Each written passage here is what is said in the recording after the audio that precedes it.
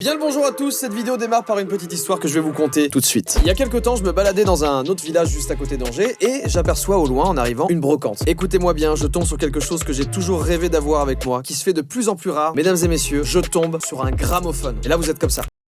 Du coup, je vais voir le vendeur qui avait environ 7 fois mon âge et je lui dis: Monsieur, je veux acheter ce gramophone. Et il me répond: et moi, évidemment, je lui réponds: Je l'achète à ce prix. Personne ne le prendra. This gramophone is mine. Bref, j'achète un gramophone. Voici les photos.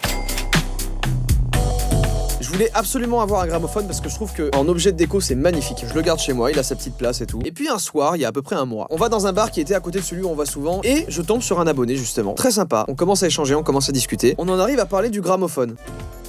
Ça n'a aucun sens. Et je lui dis: bah écoute, je cherche quelqu'un pour faire du custom sur ce gramophone. Est-ce que par hasard tu pourrais faire un truc si je te l'amène demain? Et là il me répond: bah mec, je suis très chaud. Et du coup le lendemain, je lui amène le gramophone, il le garde pendant un mois et je vais rien dire, je vais me lever, je vais vous montrer le travail qu'il a fait sur ce gramophone et vous allez exploser son Insta parce que ce mec est un tueur.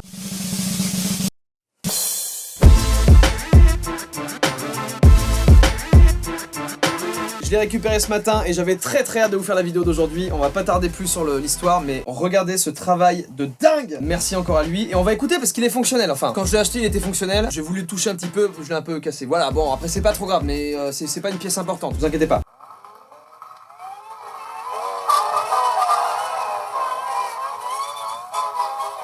Faut que je trouve la bonne vitesse.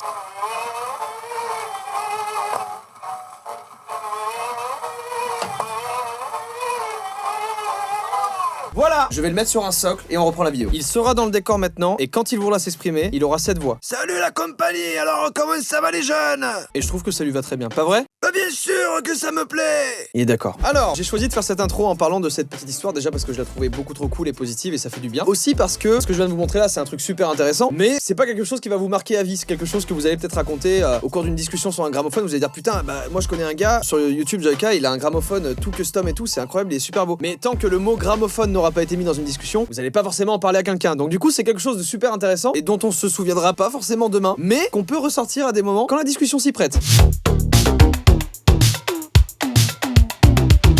Un ancien restaurant chinois a été racheté pour faire un restaurant mexicain et en fait à la place de repeindre tout le mur et de faire un thème mexicain, du coup ils ont juste rajouté des sombreros au panda. Voilà, je suis pas sûr que cette info on la partage au cours d'une discussion un jour, mais si quelqu'un te dit par exemple: hey, j'ai une peinture de panda là dans mon restaurant chinois, j'aimerais bien en faire un restaurant mexicain, là tu pourras dire: bien sûr, t'as qu'à leur mettre des sombreros. J'ai vu ça dans une vidéo de Joyka là, le youtubeur auquel il faut que tu t'abonnes, que tu mettes la cloche et que tu mettes un maximum de pouces bleus à chaque vidéo de qui je parle. Vous me dites si j'en fais trop. Même sans barrière, les Anglais savent comment faire la queue. C'est fou quand même, ça tient sur une bonne longueur. Mais eux là, eux ils ont la haine, ils se disent: putain vas-y là. Combien de personnes? 10 500 avant nous? Nique sa mère. Eh ben bravo l'Angleterre. Je n'avais jamais vraiment remarqué à quel point les autres pays n'aimaient pas faire la queue jusqu'à cette année. Et alors, moi j'aime pas faire la queue. Qui aime faire la queue? Est-ce que vous aimez faire la queue? Répondez en commentaire, hashtag j'aime la queue. Incroyable en fait. Le mec a retrouvé sur une barre de chocolat l'endroit où a été prise la photo. On est au-delà du truc intéressant, c'est intéressant et satisfaisant. En vrai, le seul truc qui m'intrigue, c'est de savoir sa motivation. C'est est-ce qu'il était déjà sur place et il a acheté cette barre et que c'est une barre locale et genre il y a ça dessus. Je me pose beaucoup trop de questions pour juste un mec qui a pris en photo une falaise en fait. C'était cool, juste c'était intéressant mais sans plus. Voilà, comme vraiment c'est le sujet de cette vidéo. C'est intéressant mais sans plus, à part ça, qui est beaucoup trop intéressant pour cette vidéo, mais je l'ai mis en premier, c'est pour mettre le level assez haut quand même. Qu'est-ce que t'en dis? Je m'en bats les couilles. Oh bah je suis tellement d'accord. Oui, là c'est intéressant. C'est un système tout con. Alors certainement, peut-être que ça existe en France, ou alors, je sais pas, c'est une idée tellement simple que ça me paraît quand même exister en France. Mais en fait, c'est qu'au lieu de classer les pièces, un meuble ou quoi que ce soit par catégorie, genre les vis avec les vis, les écrous avec les écrous, au lieu que ce soit rangé par catégorie, c'est tout simplement rangé par étape. Donc en gros, tu vas lire ton manuel, tu vas voir étape 1, qu'est-ce qu'il me faut? Bah, tu prends ce qu'il y a dans ton étape 1. Donc c'est tellement plus simple en vrai, c'est très cool. What? Je n'ai que 4 doigts sur ma... On dirait une charade, on dirait le père Fouras. Je n'ai que 4... Je n'ai que 4 doigts sur ma main gauche et j'ai un index à la place du pouce. Qui suis-je? Un poulet. C'est infini le nombre de choses sur lesquelles j'ai envie de m'arrêter là. Waouh. C'est pas intéressant, c'est juste très beau pour le plaisir des yeux. Simplement le soleil qui passe au travers des carreaux et ça donne ceci qui est magnifique. On dirait vraiment un truc d'effets spéciaux rajouté à l'arrache et tout. C'est ultra beau. Pas besoin de plus, c'est de la beauté simplement, purement et simplement. On enchaîne. Incroyable ça. Donc si j'ai bien compris, ça doit être le portrait d'un grand-père, j'en sais rien, d'un arrière-grand-père de sa famille ou son arrière-grand-père, je sais pas. Et finalement, elle retrouve qu'elle a le même trait le même trait, je sais pas, la même raie des sourcils, je sais pas, est-ce qu'on peut dire ça, une raie des sourcils. I have an hereditary gap in my eyebrow. Google Traduction. C'est triste hein, de traduire un mot à 3 lettres. Hein. Écart. Ouais oh, c'est pas un écart, c'est une raie des sourcils là. Si vous avez des raies des sourcils, bien sûr, postez-les sur Twitter, hashtag raie des sourcils. Faites-vous plaisir. D'ailleurs, ça me fait penser à un truc héréditaire que j'ai aussi. Je vais vous le montrer, attention. Tom, mets un décompte parce que les gens risquent d'être choqués.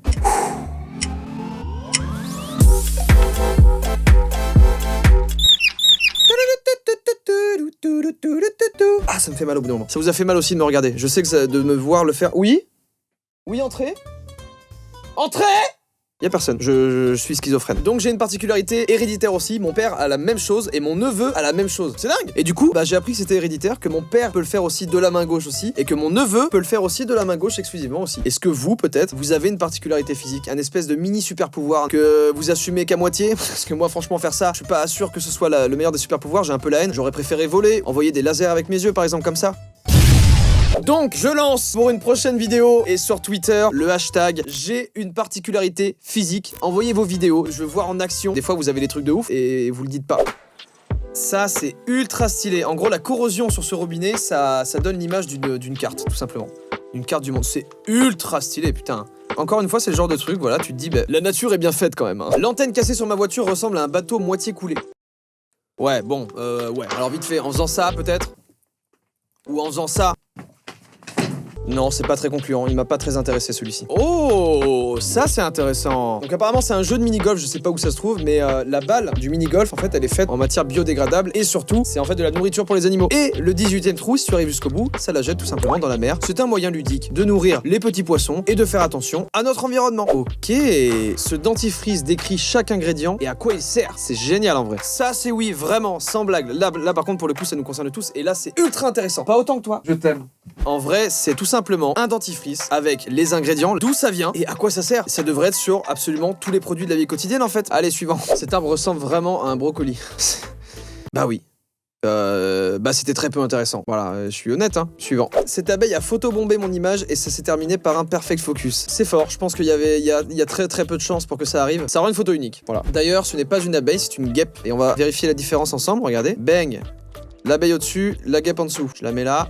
C'est clairement une guêpe. Et pour reconnaître la différence des deux, eh bien vous saurez maintenant que la guêpe, en fait, elle a quasiment pas de poils. Tandis que l'abeille, elle a des poils. Maintenant, vous le saurez, bah si vous voyez la petite bête qui passe devant vous, elle a pas mal de poils, ne l'écrasez pas. C'est une abeille. Elle va juste butiner et elle vous laissera tranquille. Une guêpe, par contre, faut lui fumer sa mère. Ah ok, là c'est tout simplement le tuyau d'une gouttière. Je pense pas que c'est fait naturellement. Je pense que c'est quelqu'un qui est venu gratter et qui l'a fait. Et c'est très stylé. C'est détaillé, hein, on reconnaît de ouf. Je trouve ça vraiment cool qu'il y ait des artistes de rue qui fassent ce genre de petits trucs, de petits détails, qu'on les repère après, qu'on se dise putain, quelqu'un a fait ça, c'est dingue, c'est ouf, c'est terrible. Et c'est un petit peu ce qu'a fait les EG en faisant ce gramophone, parce que de base c'est ce qu'il fait aussi, donc voilà, je trouve ça trop stylé. Notre réfrigérateur a des niveaux de rotation afin que vous puissiez tout atteindre facilement. Bah j'aime pas, dis mon avis, j'aime pas, qu'est-ce que t'en penses? Je m'en bats les couilles. Et c'est pas très intéressant. Waouh, ça c'est ultra intéressant. Une tomate moderne à gauche, et à droite c'est une tomate qui a été cultivée via une graine qui a 150 ans. Et ce qu'on voit, la tomate, la différence entre les deux, c'est dingue en vrai. Il y a beaucoup de bruit autour de ça, autour des graines, parce qu'il y a une grosse polémique autour du fait que beaucoup de graines sont interdites. Allez vous renseigner, mais l'idée c'est que il y a certaines graines de certaines espèces, de certaines races, de tomates, de melons, de plein de trucs qui en fait ne sont jamais utilisés et sont interdites à la vente. Et en vrai c'est triste parce qu'on est en train de perdre une biodiversité qu'on avait et on est en train d'avoir que ça, c'est-à-dire des tomates en forme de nez de clown là, complètement formatées et toutes les mêmes en fait. C'est triste qu'on en arrive là, mais ça peut, vous savez, tout peut changer. Allez vous renseigner là-dessus et on passe à la prochaine chose. C'était super intéressant ça, merci. C'est une abeille en or. Pourquoi? Une petite particularité physique, je sais pas, un délire. Oh là là, merci. Le top commentaire, c'est quelqu'un qui explique pourquoi elle est comme ça. Mais voilà. Alors je vais traduire tout ça, hop, et je vous explique, je vous fais le débrief. Déjà, on appelle ça l'abeille ourson. C'est tout simplement une espèce d'abeille assez rare qui vit dans l'ouest de l'Australie, si j'ai bien compris. Intéressant. Et ça, c'est juste de la petite culture G, toute bête. Et j'adore ça. Et c'est le genre de choses que je vais retenir, je pense. Là, je pars en Australie demain. Je vais être super content et super fier. Je vais être comme ça en mode quand est-ce que je vais pouvoir placer les abeilles? Je suis content. Voilà, merci. Encore une fois, pourquoi je remercie le site? Merci aux gens en fait qui postent. Eh bien, écoutez, on va terminer là-dessus. Ça en fait déjà pas mal. Voilà, je suis ultra content aujourd'hui, comme vous l'avez vu. Et toi? Tu parles à une gramophone que je sais pas quoi te dire, moi. Ouais, c'est bien ce qui me semblait. Suivez les EG, allez voir ce mec, allez lui donner de la force et à toutes les personnes qui font du street art et qui font du custom et qui font toutes choses artistiques. Bref, je suis très content de cette vidéo, j'ai appris plein de trucs, c'était intéressant, c'était cool et merci à tous de l'avoir regardé. J'espère qu'elle vous a plu. Si elle vous a plu, le petit pouce bleu, le petit commentaire, etc., etc. Je vous dis à très vite dans une prochaine vidéo, peut-être pour voir vos super pouvoirs comme celui-là. Double ciao.